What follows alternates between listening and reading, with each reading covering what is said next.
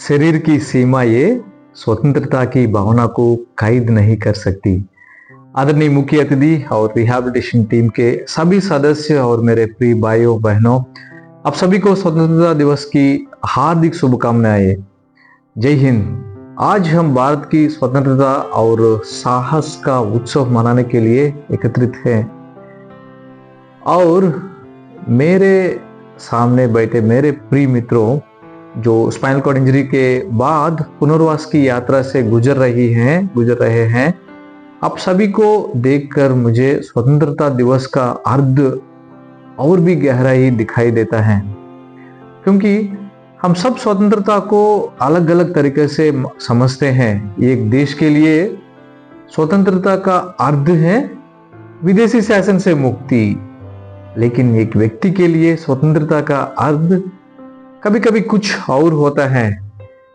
अपने बिस्तर से स्वयं उठ पाना, अपनी व्हील चेयर को स्वयं चला पाना, अपने दैनिक कार्य स्वयं कर पाना, अपने परिवार के सामने आत्मनिर्भर होकर खड़ा होना और सबसे बढ़कर अपने मन में यह विश्वास प्राप्त पाना कि मैं अभी भी बहुत कुछ कर सकता हूं।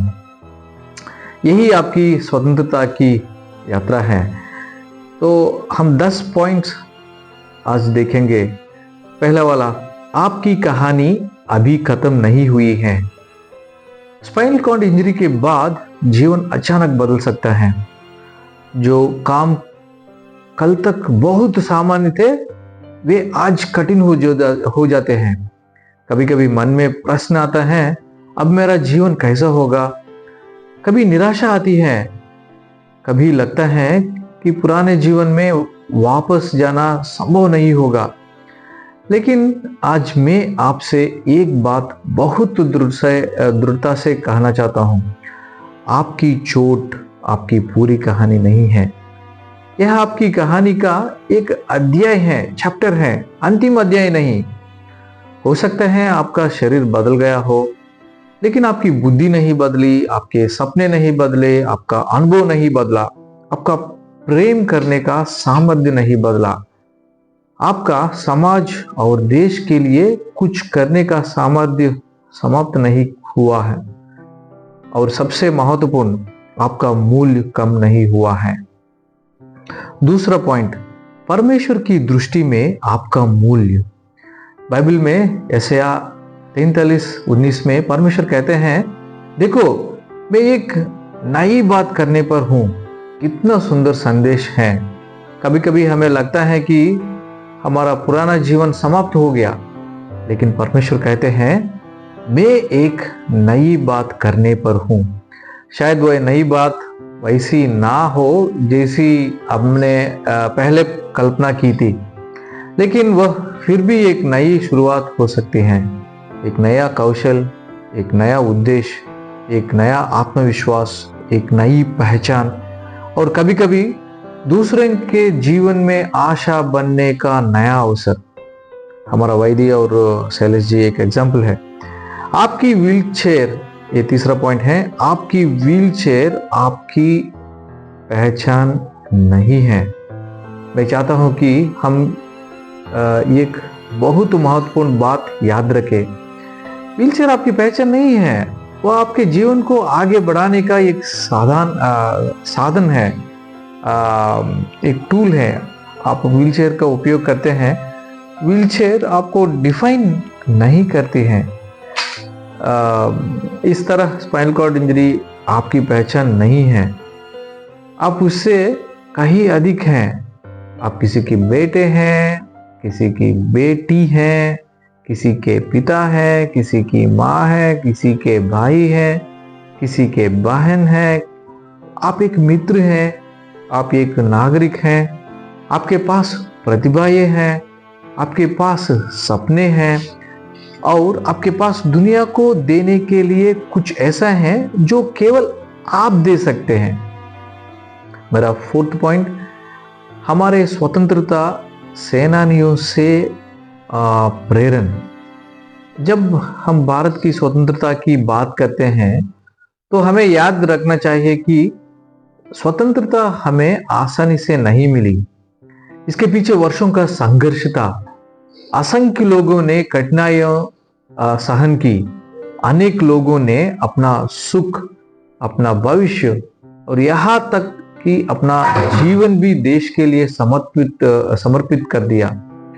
उनके सामने भी परिस्थितियां आसान नहीं थी, लेकिन उन्होंने परिस्थितियों से बड़ा अपना विश्वास और उद्देश्य माना। आज हमें उनसे एक बात सीख सकते हैं, परिस्थितियां हमेशा हमारे नियंत्रण में नहीं होती, लेकिन हमारा रवैया, एटीट्यूड हमारे हाथ में होता है। आपके साथ क्या हुआ यह हमेशा आपके नियंत्रण में नहीं था, लेकिन अब आप आगे क्या करेंगे इसमें आपकी भूमिका है। मेरा 5th पॉइंट, रिहैबिलिटेशन केवल इलाज नहीं। रिहैबिलिटेशन का अर्थ केवल मसल्स को, मांसपेशियों को मजबूत करना नहीं, यह जीवन को फिर से बनाने की प्रक्रिया है। हर फिजियोथेरेपी सेशन में जब आप मेहनत करते हैं, आप केवल एक्सरसाइज नहीं कर रहे होते, आप अपने भविष्य के लिए निवेश कर रहे होते हैं। जब आप व्हीलचेयर स्किल्स सीखते हैं, आप केवल एक टेक्निक नहीं सीख रहे होते, आप स्वतंत्रता सीख रहे होते। जब आप कोई दैनिक कार्य स्वयं करना सीखते हैं, आप केवल एक काम पूरा नहीं कर रहे होते, आप अपने आत्मविश्वास को वापस पा रहे होते। इसलिए अपनी छोटी छोटी उपलब्धियों, अचीवमेंट्स को कभी छोटा मत समझिए। एक कदम भी आगे की दिशा में कदम है। मेरा 6th पॉइंट है, परिवार और समाज की भूमिका। मैं फैमिली मेंबर्स, परिवार के सदस्यों से भी कहना चाहता हूं, आपका प्रेम और सहयोग इस यात्रा का बहुत महत्वपूर्ण हिस्सा है। लेकिन हमें अपने प्रियजनों की केवल मदद नहीं करनी है, हमें उन्हें स्वतंत्र बनने का अवसर भी देना है। कभी कभी प्रेम में हम इतना अधिक करने लगते हैं कि व्यक्ति की अपनी स्वतंत्रता कम हो जाती है। इसलिए जहां सहायता की आवश्यकता है वहां सहायता करें, लेकिन जहां व्यक्ति स्वयं कर सकता है उसे स्वयं करने दें। क्योंकि इंडिपेंडेंस केवल शरीर की नहीं होती, इंडिपेंडेंस मन की भी होती है। बाइबल गलातियों 6 अध्याय 2 वचन में कहते हैं, एक दूसरे के भार उठाया। यह केवल परिवार के लिए नहीं बल्कि पूरे समाज के लिए एक संदेश है। हमें ऐसा समाज बनाना है जहां दिव्यांग व्यक्ति को दया की वस्तु नहीं, सम्मान, अवसर और समान अधिकार वाला नागरिक माना जाए। मेरा 7th पॉइंट, जब मन हारने लगे। कभी ऐसा दिन भी आएगा जब आपको लगेगा अब मुझसे नहीं होगा। उस दिन अपने आप से केवल इतना कहिए, आज मुझे पूरी यात्रा नहीं करनी है, आज मुझे केवल एक और कदम आगे बढ़ना है। और यदि आपका विश्वास परमेश्वर में है तो उस समय फिलिपियों 4 और 13 को याद कीजिए, जो मुझे सामर्थ्य देता है उसमें मैं सब कुछ कर सकता हूँ। इसका अर्थ यह नहीं कि हमारे जीवन में कठिनाइयां नहीं आएगी। इसका अर्थ है कठिनाइयों के बीच में भी हमें आगे बढ़ने की सामर्थ्य मिल सकती है। और बाइबल में और हमें याद दिलाता है, हम चारों ओर से क्लेश तो पाते हैं पर कुचले नहीं जाते, गिराए तो जाते हैं पर नष्ट नहीं होते। क्या यह हमारे रिहैबिलिटेशन जर्नी का भी संदेश नहीं है? हम गिर सकते हैं, थक सकते हैं, निराश हो सकते हैं, लेकिन हम समाप्त नहीं हुए हैं। मेरा 8th पॉइंट, आपकी कहानी किसी और की आशा बन सकती है। यस, शायद आज आप सोचते हैं मेरे पास दूसरों को देने के लिए क्या है। मेरा उत्तर यही है इसके लिए आपकी कहानी। जिस व्यक्ति ने कल तक चलना सीखा था और आज व्हीलचेयर में जीवन जीना सीख रहा है, वो किसी दूसरे व्यक्ति के लिए प्रेरणा बन सकता है। जिसने निराशा के बावजूद रिहैबिलिटेशन जारी रखा, वह किसी दूसरे को आशा दे सकता है। जिसने अपनी इंडिपेंडेंस वापस प्राप्त की, वह किसी दूसरे को रास्ता दिखा सकता है। इसलिए याद रखिए, आप केवल रिहैबिलिटेशन के बेनिफिशियरी नहीं हैं, आप भविष्य में किसी और की रिहैबिलिटेशन जर्नी के प्रेरणा स्रोत भी बन सकते हैं।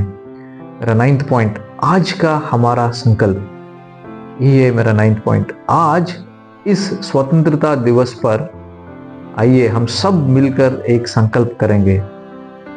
हम अपनी डिसेबिलिटी को अपनी पहचान नहीं बनने देंगे। हम अपनी परिस्थितियों को अपने भविष्य का फैसला नहीं करने देंगे। हम निराशा के बजाय आशा चुनेंगे। हम अपने परिवार और साथियों का हाथ थामेंगे। हम अपनी क्षमता के अनुसार आत्मनिर्भर बनने का प्रयास करेंगे। हम समाज से दया नहीं, सम्मान और अवसर मांगेंगे। और यदि हम परमेश्वर पर विश्वास रखते हैं, तो हम अपनी यात्रा उन्हें सौंप कर विश्वास के साथ आगे बढ़ेंगे। मेरा अंतिम संदेश, आज जब हमारा तिरंगा हवा में लहराता है, तो मुझे लगता है कि वह हमें एक संदेश दे रहा है, ऊपर उठो। परिस्थितियां तुम्हें नीचे खींच सकती हैं, लेकिन तुम्हारी आशा तुम्हें ऊपर उठा सकती हैं। तुम्हारे सामने रास्ता कठिन हो सकता है, लेकिन रास्ता बंद नहीं हुआ है। तुम्हारी गति बदल सकती है, लेकिन तुम्हारी मंजिल समाप्त नहीं हुई है। और शायद सबसे महत्वपूर्ण बात, तुम्हें अपने एग्जैक्ट पुराने जीवन की वापसी की आवश्यकता नहीं है। तुम एक नया जीवन है, तुम नई पहचान, एक नया उद्देश्य और एक नई स्वतंत्रता बना सकते हो। इसलिए आज मैं आपसे केवल हिम्मत रखिए नहीं कहना चाहता, मैं कहना चाहता हूं, अपने भीतर की शक्ति को पहचानिए। आप सक्षम हैं, आप मूल्यवान हैं, आप सम्मान के योग्य हैं। आपके जीवन का उद्देश्य अभी भी है और आपकी कहानी अभी खत्म नहीं हुई है। आइए एक साथ कहें, मैं अपनी परिस्थिति से बड़ा हूं,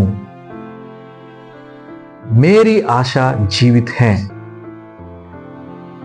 मेरा जीवन मूल्यवान है, मैं हार नहीं मानूंगा। जैसे मत्ती 5:16 में यीशु कहते हैं, तुम्हारा प्रकाश मनुष्यों के सामने चमके। आइए हम अपने जीवन को ऐसा बनाएं कि हमारी कठिनाइयां केवल हमारी कहानी ना रहे,